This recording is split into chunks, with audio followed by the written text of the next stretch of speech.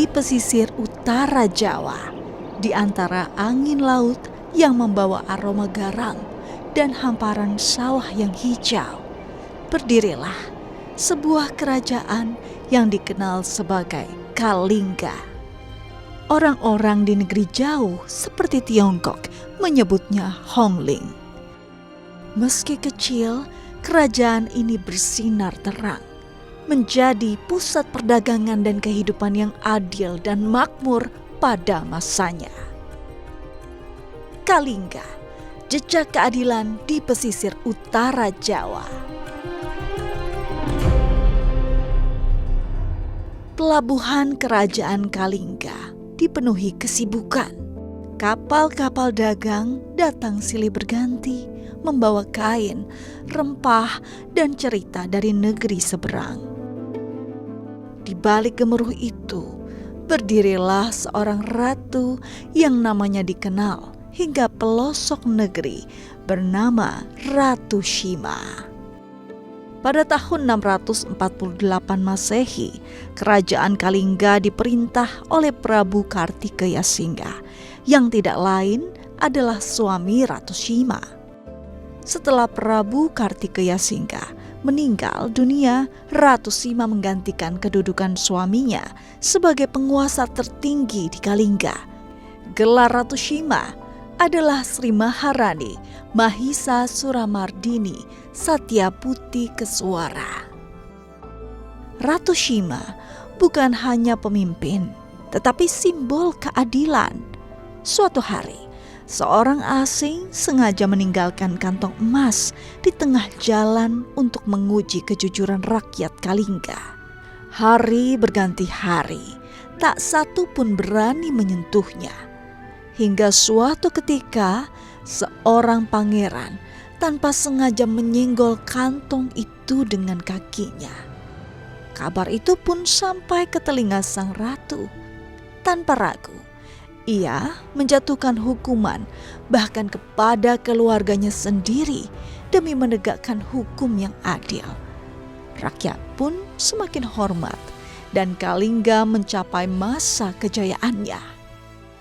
Namun waktu tak pernah berhenti. Ketika Ratu Shima wafat, langit Kalingga seolah kehilangan cahayanya. Tahta dibagi untuk kedua anaknya, Dewi Parwati dan Narayana. Dewi Parwati memerintah wilayah utara bersama suaminya dari kerajaan Sunda Galuh, sementara Narayana menguasai wilayah selatan.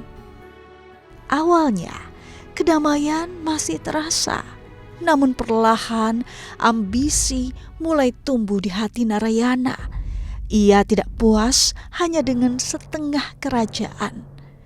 Dalam diam, ia menyusun kekuatan, bahkan meminta bantuan dari kerajaan Indraprahasta.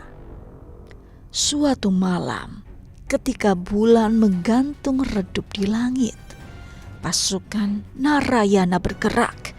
Kalingga Utara diserang, api berkobar, jerit tangis menggema dan saudara melawan saudara. Dewi Parwati tak mampu mempertahankan wilayahnya.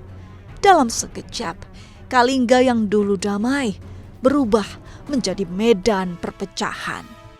Namun kehancuran itu belum berakhir. Melihat Kalingga yang telah melemah, Sriwijaya pun langsung melancarkan serangan.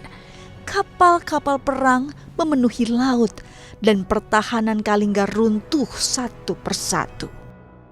Tahun demi tahun berlalu dan pada akhirnya sekitar tahun 752 Masehi, nama Kalingga perlahan menghilang dari peta kekuasaan.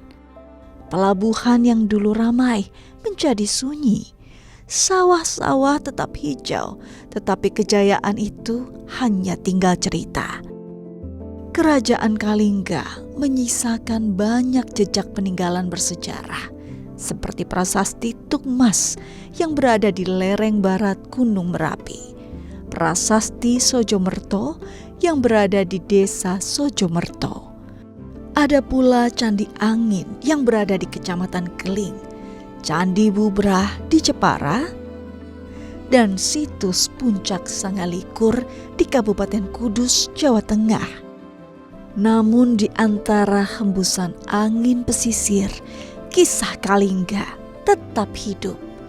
Cerita tentang keadilan seorang ratu, ambisi yang menghancurkan, dan sebuah kerajaan yang bersinar lalu redup di telan waktu.